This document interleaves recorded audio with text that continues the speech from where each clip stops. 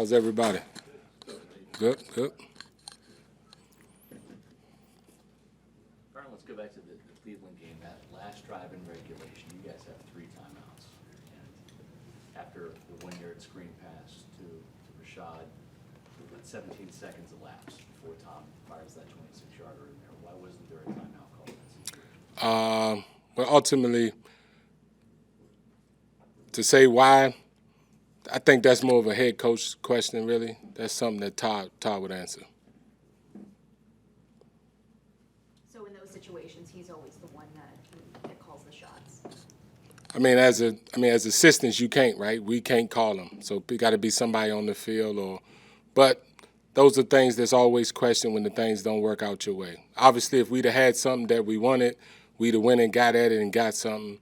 We didn't get what we want.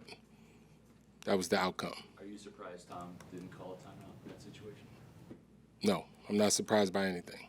I mean, if you or Tom had urged Coach Bowles to call that timeout, would that have been different? Or Communication between us three, I'll leave between us three. Do you get why some people wondered why a timeout wasn't called there? Oh, yeah. I get it. I understand. Were you fearful at all that Tom, in that situation, if you didn't get a big play on first down on the screen pass, were you fearful that Tom might throw an interception?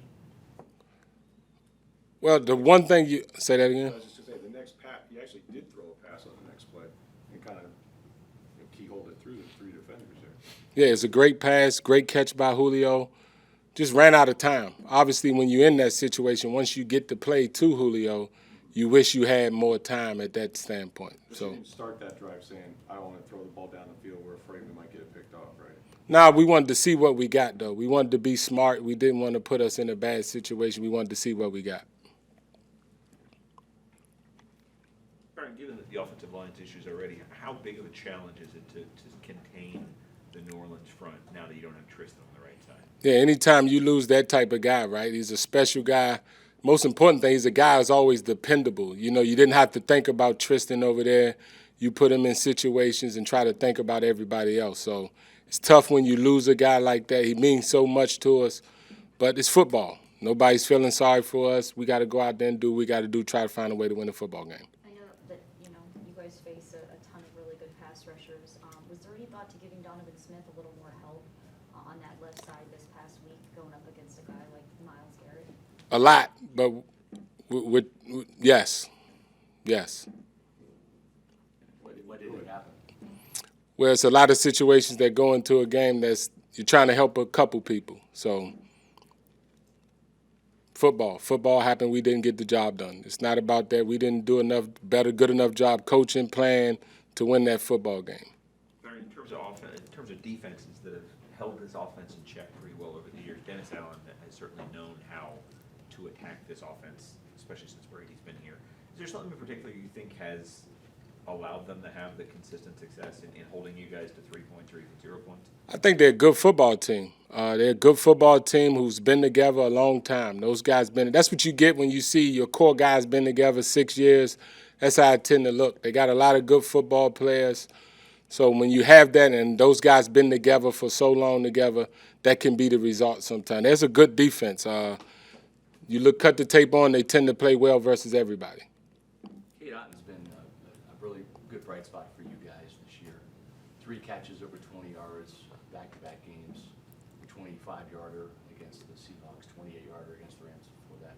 Game-winning touchdown against the Rams. He didn't have any targets in Cleveland, and yet Cam Brate has 5 targets there, and he probably hasn't been as dynamic as Cade has in the receiving game.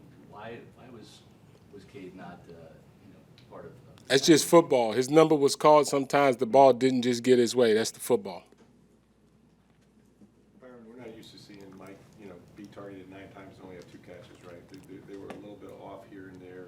And I don't know, there's no one person necessarily at fault, but why do you think that over these last couple weeks anyway that Mike and Tom just haven't quite really hooked up the way they used to? I wouldn't say it's just really Michael Tom. I just think we got to do a better job offensively, just connecting on everything, just making sure we're communicating well, making sure we're really all on the same page. So put a lot of work in throughout the week. Things happen on Sunday, but just football, really. It's not really Mike and Tom. It's just really us as a group. We got to do a better job of just making plays, executing, coaching better, all of the above, really, to get better results. What helps that in practice? I mean, you know, you want to be competitive, you want to get the reps right in practice.